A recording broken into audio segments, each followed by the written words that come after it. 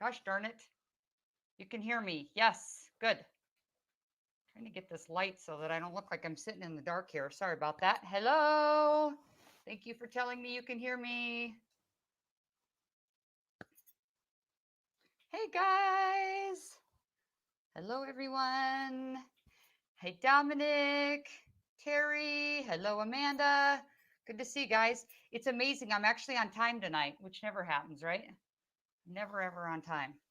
I'm on time. It's a miracle. Thank you for joining me. I'm just giving people a minute to hop on.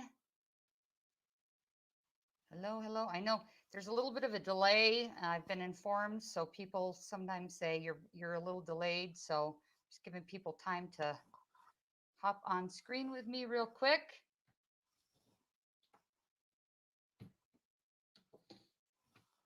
All right. Hey guys. Thank you everyone for tuning in. I'm giving people a chance to hop on. I hope everybody had a good evening, a good day.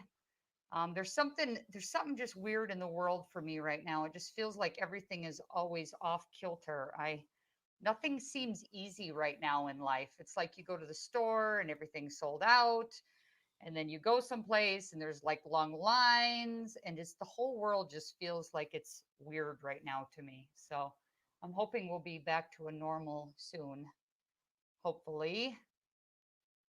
So I appreciate people for hopping on. It looks like we're finally starting to get a few people on tonight. So thank you for joining me. Lots and lots of stuff I want to talk about tonight. Some homework I'm going to be giving you guys is something that I'm working on. But mostly I just want to thank you guys for taking the time to join me. Hopefully my video is clear tonight. I've gone to a different location so that I have a little bit better, clearer, because I know I've had a little issue with some clarity on my screen. So I'm plugged in tonight. So hopefully it's a little clearer, and everyone can see and hear everything okay. I know that's annoying when it's a little blurry. I actually did end up buying a new laptop, thinking maybe that would help. So I'm hoping that it will. Yes, I agree, Dominic. Everything in the world is weird right now, it feels like. So anyway, all right, I appreciate you guys hopping on. So let's get started. Um, Tonight, I really want to talk. You guys probably know this. I focus mostly on cases that are around the Midwest, middle of the country. I feel like those cases get neglected by the national media. Lots of times we hear so much about the things in the big states, but we don't hear things about North Dakota, South Dakota, Iowa, Wyoming, Nebraska, Montana, and these states out here that there are missing people every day from, and crimes and things that happen in these states, and yet they tend to get the least amount of attention. And so, that's what I'm trying to draw attention to. So I had lately put something out to you guys about, I'm kind of looking at some cases, and I had some of you online sleuths pick them up and run with it, sending me information about cases, telling me what you were finding online. And what I found is really about um, an amazing case that we're going to talk about tonight, Alicia Hummel. And so this is the first time I've talked about her case.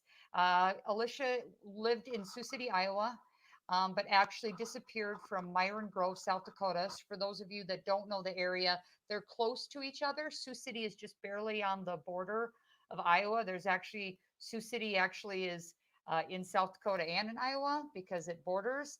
And so she lived right on the border. A very, very tragic case. And we've just come up on the 5-year anniversary of her initial disappearance, followed by her being found murdered. And so this is a case several of you looked into for me. I had you guys doing a little background for me, just checking, and I found a lot of information, and I thought that it warranted some more discussion.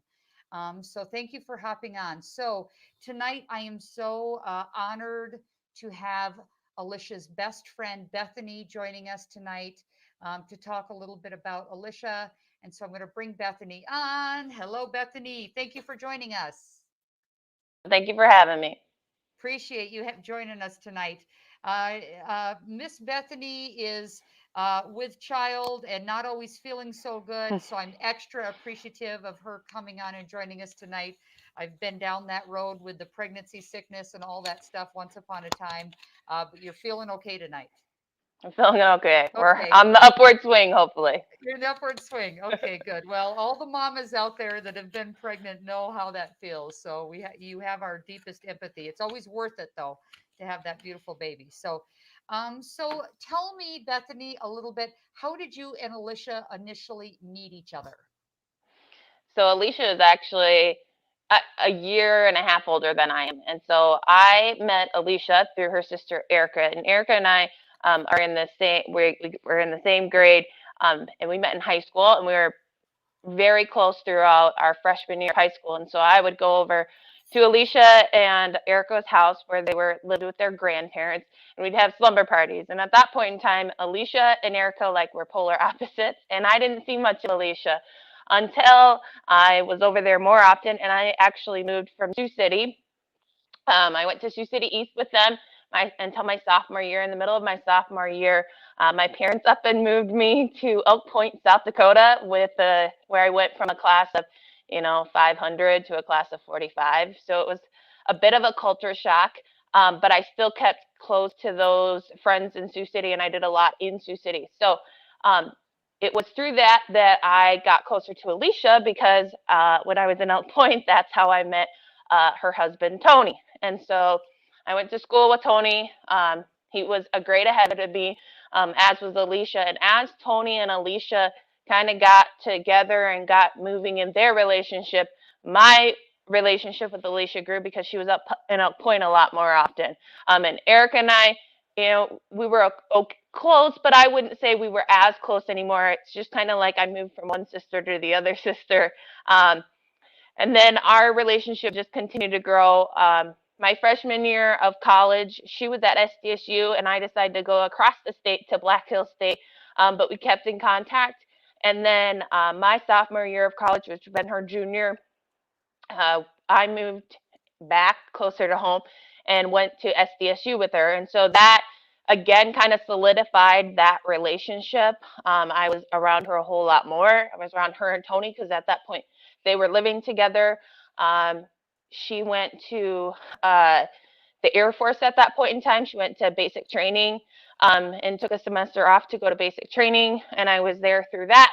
And then we ended up graduating college together, Oh my God. and I mean, just things just kept going. Right. Lots As of as connection. life keeps, yep, as life kept moving, we kept moving through life together, and so our relationship really didn't grow and build until the day she got married. I was her personal attendant, and at that point, she referred to me as her wing woman, and we really were inseparable, and so that's kind of where the relationship really took off. You know, we were there for each other through some of the darkest times and some of the best times in the world.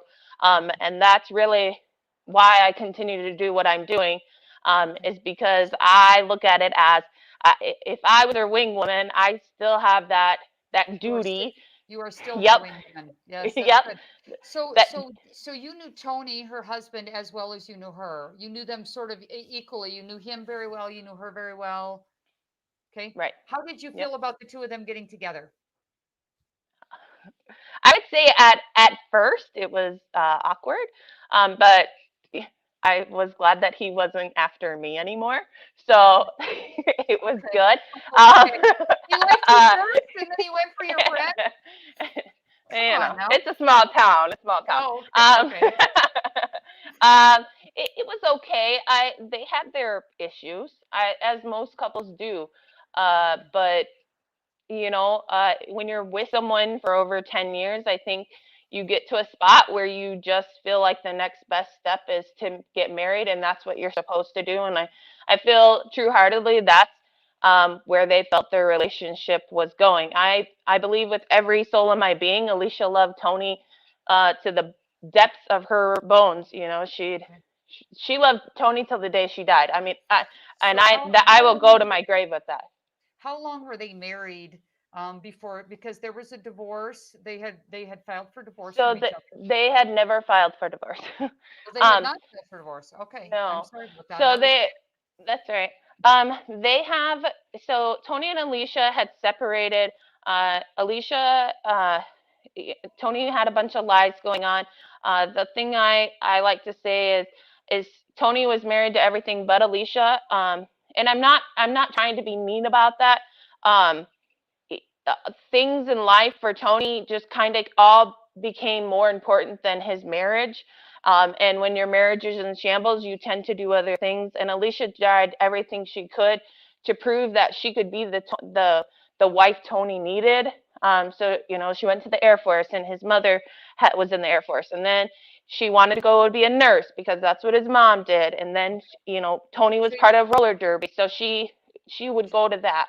okay, So so the story I'm getting is basically that she was trying really hard to make it work. He was maybe not doing quite as much as she was. She was really trying and trying to make it work and wanted to make it work, and maybe he was not doing as much. Is that an accurate yeah, statement? yeah, and eventually, I mean, he found another woman, and she walked in on it, and that Oh, even at that point, she still wanted it to work. And when she finally realized, hey, this isn't gonna work, I'm not getting anywhere, was extremely close to her death, within weeks of her death, within like 6 weeks of her death, or somewhere in that time frame. It was very short, and I feel like. And most of her close friends will tell you, at that point, Alicia was finding out who she was. She was no longer defined um, as Alicia and Tony. She was now becoming Alicia, and who's figuring out who she was. And so that in itself was very difficult for her, but she was ready to take that step to say, okay, you know what, this isn't gonna work. I'm ready to do this, and okay. let's get the show on the road. And they were supposed to get the show on the road, and she ends up dead. Okay, so wow. You've just said a lot. This is all running through my mind. So I have I have been researching and doing some investigating on this case, but as far as she walked in on him when he was with another woman, and so there was obviously that was not a good situation. She was hurt.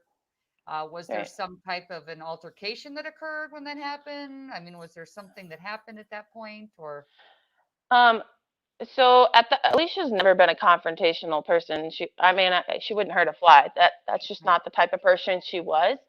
And so when she found them in bed together, she obviously told the other woman she needed to get out of bed with her husband, and the other woman didn't move, and Alicia just upped and left. Said a few choice words and left, and she called me and said, "I just found Tony with another woman. I'm coming up. I need to talk to you." And so I mean, when you listen to your best friend cry on your shoulder and their whole life and world turns upside down because everything you think was happening now has been solidified, it is happening. I mean, that's just a big gut punch. And so wow, it, okay. it's hard. That's hard. Okay, so on the day, uh, take me to the day that she was going to go fishing, and so she and Alicia posted a lot online. So she had posted pictures of herself. I'm going. Look, I'm going fishing. Got a day off. So she was posting a lot, and then all of a sudden, nothing. She just stops posting. No one hears anything. How long was she just sort of gone? No one knew what had happened. How long? Um, so Alicia, I like to refer to as the selfie queen. Okay. Snapchat seemed to be her friend, and at that point, Snapchat was really just coming to life in 2015. Um, she had posted on Facebook that it was the first day of vacation and she was gonna go fishing, and then had various snaps throughout the day. We were able to see, she went to Newcastle, which is where her home in Tony was, to go get her fishing poles. She wasn't living in Newcastle anymore. At this point, she was living with her grandparents in Sioux City, um, for various reasons of not being able to live in Newcastle at that point. But she went to go get her fishing pole. She got her fishing license, and she took pictures along the way, and they were on Snapchat. We got a picture of the Myron Grove sign. So when she got there, and then she was texting friends and letting them know. The last text we have is, "It's a good day to get. It must be a good day to get it on," or something to that effect. I don't remember exactly. If you watch uh, Investigation ID, it does give that snap. I did send that to them. So Yeah, and I have Um, shared the link to that video, which is yep, helpful. I'd ask people on the page to take a look at that because I thought that was a good kind of summary of yeah. everything. Yeah. So So she's in that an optimistic mood. She's having a great time. It's a beautiful day. And then she's gonna what? go, catch some fish. Um, she tells us it's a good day to get it on, and then we don't really hear anything. I get a call around 5:15, 5:30, and it's Tony, and I'm like, why is Tony calling me? He never calls me. What does he want? Mhm. And at that point, when he started asking me, do you know where Alicia is? Have you talked to Alicia? I'm like, no, I haven't. Why? Why? Well, she's missing. We can't find her. And I'm like, okay. Well, let me do some checking. Let me do some calling. Keep me informed. I'll keep you informed. Let me know what's going on. And from then, the ball just kept rolling, and I was making phone calls, and I was calling people. I was texting people. Have you seen Alicia? Have you talked to Alicia? And really, it wasn't until I want to say 9:30 that night that the DCI agent called me to say, I'm calling to let you know we found Alicia, and Mhm. she's been murdered. Okay. So not a terrible long window there. I mean, it was that same day, right, that you're saying Correct. that she was found yet that evening. Correct. And they knew that she'd been murdered, not just drowned accidentally, because why? What had they found specifically?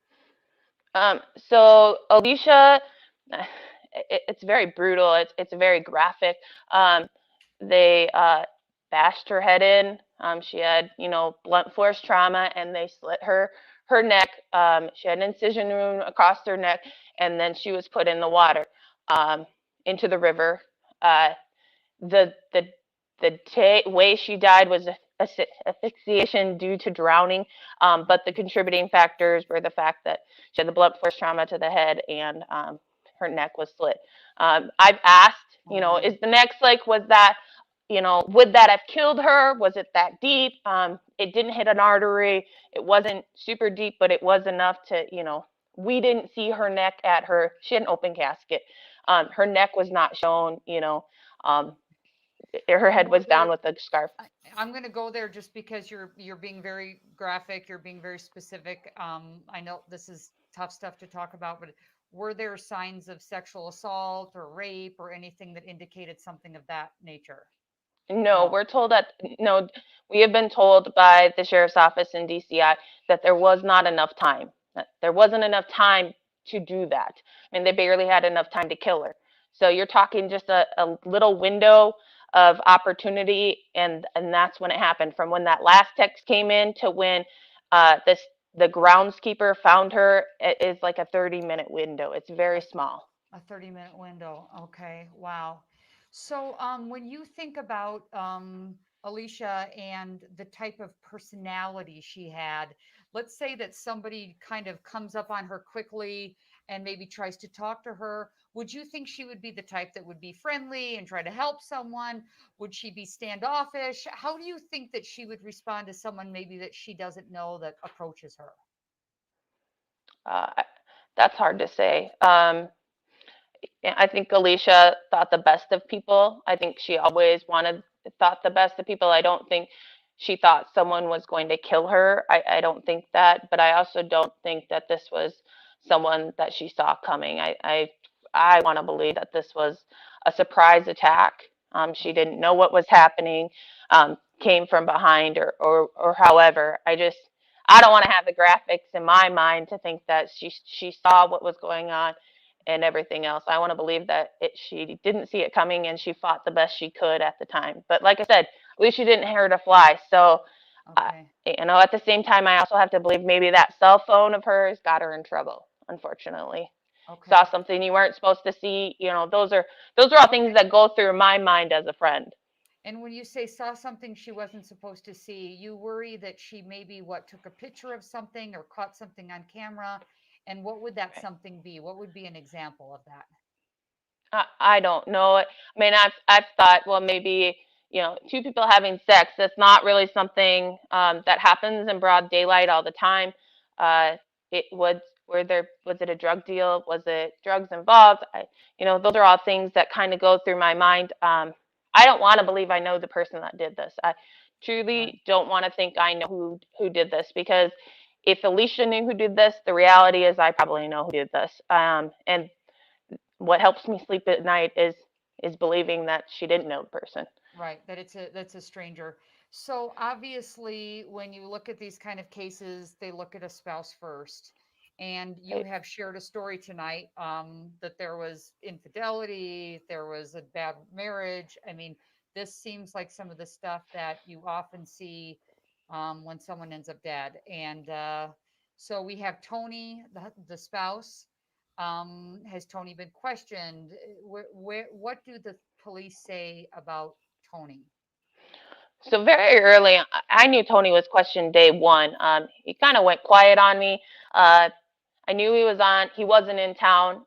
He had told me that when he called me to let me know she was missing and that he was actually on his way back because she was missing. So I knew he wasn't around. I- you know, I knew he was questioned right away just because that he kind of dropped off just talking to me. He just went from texting me and calling me to nothing. It was just silent, dead, nothing. So I knew something was going on. And then we've been told he's been questioned extensively. His family's been questioned extensively, and that they have been cleared. So Okay. that's what I can say about that at this point. Okay.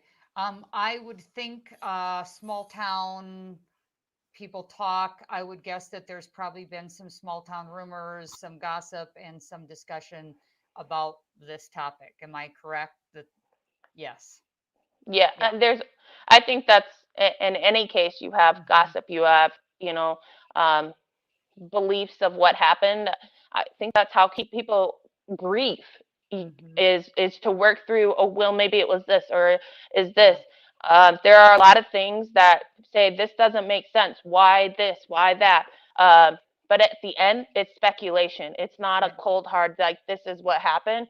And Yes. so that's what makes it very difficult. Is you hate to speculate too much, just because that could ruin someone's reputation. That could ruin the rest of their life. Sure. So, how has it been working with the sheriff's department? Have they been upfront about information? Do they put out a lot of information, or what has that been like? Early on, I would say that we all believed the sheriff's office and DCI were doing a fantastic job, and they were going to solve this case, and it was going to be a rather shut and closed case. Obviously, when someone's put in water, that makes it difficult. We've been told that when you get put in water, your DNA pretty much washes, and we've learned that since because DCI and the sheriff's office has shared that. Um, as time has progressed, we don't hear as much for them um, unless we ask questions and specific questions. And I think that's the thing that really stinks about the whole thing is as time progresses, people stop talking. And this is a story that continues to need to be told because no one else out there is going to tell her story unless there's people willing to listen. Right. Um, and Because now that's we have really what we're five trying to years do. out. I mean, are you still getting media? Are you still getting press, or what is happening with keeping the story out? So, for the past, 4 years prior to this, we had local media contacting us every year on her anniversary of some sort. And very early on, we had a lot of press. And I felt like, oh, this is going in the right direction. We didn't get the national attention, but we had local. Yeah. In the last year, when we hit that 5 years, I always think about, I watch the news. 5 years seems to be a pretty big deal. When you hit 5 years of someone missing or someone murdered, they usually do a story because it's 5 years. It was crickets this year. We had a memorial. I went out to Myron Grove for the first time to live what she went through, to see the place of what it was like for her. I had never been out there. It's not a place that I would necessarily go. It's secluded. It's woody, but it's serene, it's beautiful, it's quiet. I understand why she went. Hmm. And so we really tried to let people know that that's what we were going to do. And we didn't have any local media. I really feel like the fighting of her page, fighting for Alicia, fighting for Alicia Hummel. That page has really, and the people that are on that page have really done the fighting and really gotten it out nationally. And fortunately, Investigation ID reached out to us in May of this past year Hmm. to do the videoing for her episode. And then it's now kind of got that ball rolling again. But again, it's not on the local front. Sure. We're trying to push it nationally. And so we're seeing more national attention than we are local, which at this point I think is a good thing, because we're not getting very far locally, unfortunately. Okay. So, do you feel at some point in small towns that the media and the sheriff's department kind of protect each other, look out for each other? Is there a little bit of a secret sort of, we don't want to make them look bad, they don't want to make us look bad? Do you think that's going on in this case, possibly? It's very possible. It's very It's possible. it I is very see the possible. look on your face that says it's very possible. Okay, very, very tactfully answered, Miss Bethany.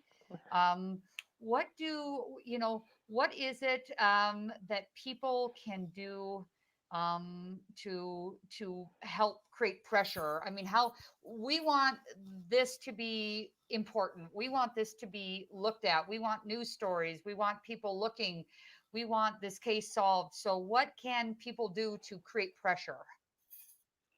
Sharing her story. The more people that share it, the more it gets people like you talking about it, the more pressure it puts.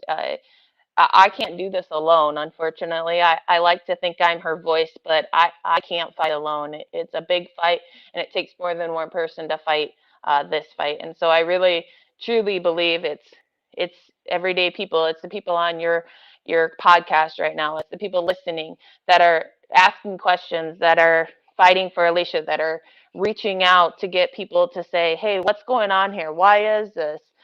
Asking those hard, tough questions, because honestly, I don't have all the answers. I don't, um, and the family doesn't, and that sucks, and that's hard. That does suck. On that note, Alicia was raised by her grandparents. I know that this has been very, very difficult for them. What's going on with them? How are they doing? Do you talk to them? How are things with the grandparents? I, her grandparents are in their 80s, and I talk to her grandparents frequently. Whenever there's something that comes up that is going to share Alicia's story, I like to share with them what I'm doing, to be in their good graces and to make sure that they still want me to fight. Because if at any point they say, you know what, Bethany, I just think you just need to tone it down and just let it happen, I will do what they want, because at the end of the day, it's their granddaughter and their baby. It's hard for them. Her grandmother said to me something really hard the other day about the fact that that she just hopes she's still alive when they catch the person that does this. That they hope that they can see the person that did this, and they can see them through the court system, and that's hard to swallow at 5 years and no answers and no suspects and no persons of interest. That's hard to swallow. We've gotten, here and there, we've been told that there's been people that have been questioned. I actually talked to a gentleman that was questioned by police, and his thoughts on it.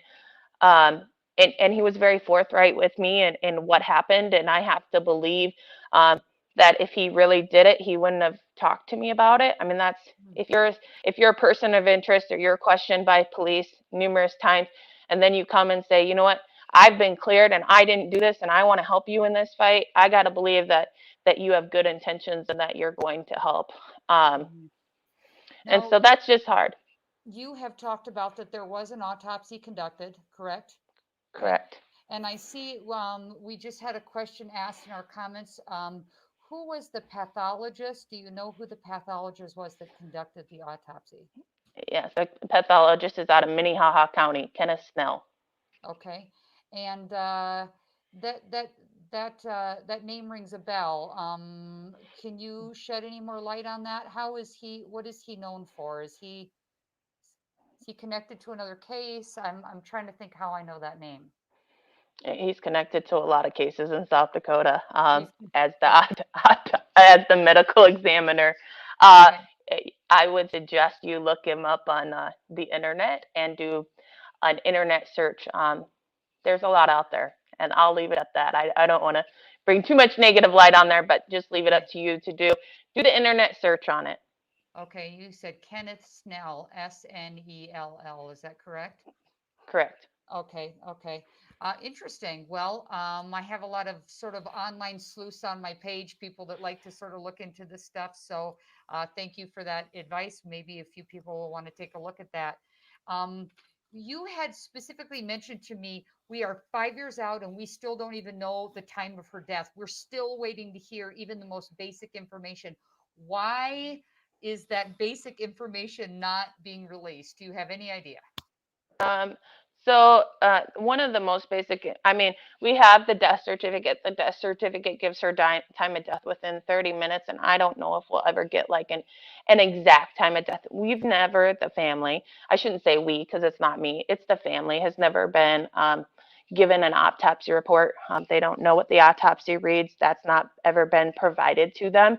Uh, Most recently, they were told that they could be told what was in the autopsy, but they would have to ask the questions. You know, if you want to know something, you need to ask us what it is you want to know in the autopsy. You know, and Oh, that there's things within the autopsy that only the killer would know, and because it's an open investigation, it's they're not going to release the autopsy. okay. So her grandparents, who were essentially her parents because they had raised her and had custody of her, have Correct. never actually seen an autopsy. They don't know really what's in it. They have to ask the questions and then hopefully they get the answers. Is that what you're telling me? Yep, that would be Okay. correct. Okay, that sounds like an interesting way of handling that. So I would think that the people closest to the family would be provided with that information. I can only imagine if it were my child that had been murdered, how important it would be to me to once I go through the grieving, because I'm sure there's this grieving, but at some point it's like I want to know. I want to know what happened. I want to know as much as I can, and so I would think the not knowing would be very difficult for them. And they were her grandparents, so they are of advanced age, more advanced age. I'm sure that it has not been helpful to their mental or physical health. I would agree to that. Yes, yeah. So, Bethany, what do you believe happened that day in that 30 minutes? Your best friend, in your gut, in your heart, in your dreams at night, what do you believe happened to Alicia? I want to believe that she was knocked out right away and she didn't feel a thing. I mean, that's what makes me sleep at night. I want to believe that it happened so fast she didn't know it was coming, um, and it took her and she didn't feel pain. She didn't sit there in the water and wonder what was going to happen. Uh, that's the only way I can get through it. I mean, that's just it's such a vivid. I mean, and when I went down to Myron Grove and was by the dock where she was found, it was like that's where she was. That's where she was in a circle, floating. You know, it's such a vivid thing, and I don't like to think about it. I don't want to think that she suffered. I don't want to think she knew the person. I just want to think that she was taken early. Unfortunately, I don't know that that's the honest truth. I don't know that that's what happened. You Mhm. know, Do you believe that somebody out there knows what happened to her and that that person can crack the case? I believe that if there were two people that she saw having sex within the 30 minutes that she was there, that maybe those two people knew something. It's really hard for me to believe that no one has came forward to say they were at Myron Grove that day. I was at Myron Grove for an hour. I made sure I was there at the time of her death 5 years later. Um, and in that time frame, there was still someone that came, not related to her case, not related Right. to anything There's that we just were people, doing. there's just people coming. People come to this place. It's a Right. public boat dock. I mean, Yeah. it's a fishing place. It's people. I mean, it's well known in that Highlines areas, but I'm told it's called by those local folks the Highlines area. It's a common place. It shouldn't be a place that people are like, oh, well, I wasn't there that day. I think that there's people not talking because for whatever reason they can't. They're scared to whatever it may be. Um, I truly believe that there are people that know what happened that day. And I hope that at some point their guilty conscience tells them to say something. Um, but at the end of the day, no one can judge but the man upstairs. So Right. Wow. Well, I just want to say on behalf of everyone that's watching this that Alicia is incredibly blessed to have a friend like you. I see in so many of these cases that I talk about, whether it be Chance Engelbert's case, but some of these cases that who really is the one that steps up? It's the best friend, right? And I've thought to myself, if something were to happen to me, would I be lucky enough to have a best friend that carries that torch, doesn't forget, keeps my name out there. And so, boy, Alicia was blessed to have you as her friend. And I am certain, I believe that there is a life after this one. And I am certain that Alicia is incredibly grateful for all that you've done to try to honor her and keep her name in the public. So we all just thank you for doing that for your best friend. thank you. Yes, I appreciate that. So, okay, Miss Bethany, I'm going to let you go. You are on Central Time. It is late for you. You teach It school. You is have to get late. up in the morning. That's right. So, thank you for coming on and joining me. I appreciate it so much. Thank you. Yep, thank you. Okay, so wow. Um, for those of you that just tuned in and watched that with me, that was incredible. I am blown away by some of the information that we just had through Alicia's best friend. Obviously, a tragic story, very sad. This young woman deserves answers. This family deserves answers. Clearly, this case has fallen off the radar for most people. We can get this case going again. I'm going to ask all of you to share this story. Earlier on my Facebook page, I had made a point to post the investigation ID story that she was referring to. We can share that. You guys can share this YouTube video. But let's help get Alicia Hummel's story back in the public again 5 years later. Let's also not let the police and the people involved in her case think that it's over and it's forgotten. It's not over. It's not forgotten. This young lady deserves to continue to have her name in the public. So I'm going to put that out to you guys to please pick this up and run with it. All my mama bears, and I always get reminded, and papa bears that are protective of their own children and the people in their lives. Um, Please make a point to get her story out there. I appreciate all of you. I do not have any updates tonight on Serenity, unfortunately. I sort of am waiting for some new information, but nothing new to report right now. Continues to appear to be a cold case. For those of you, though, that follow Serenity, hopefully we'll have some news soon. Continue to watch for her, of course, continue to share her story. I am aware that there are decals that are being distributed to help raise money for Serenity through one of her pages. If somebody has the link for that, I'd sure appreciate it if you would share that link. As well as tonight, Bethany talked about there is a Facebook page specifically for Alicia Hummel about her case, people following it. So please search for that, join that page if it's something that interests you. You can probably get more information there as well as share information there. So I thank you guys for joining me. I'm back on YouTube. I thank you guys. I hope everybody has a wonderful evening. I appreciate every single one of you. I will see you guys soon.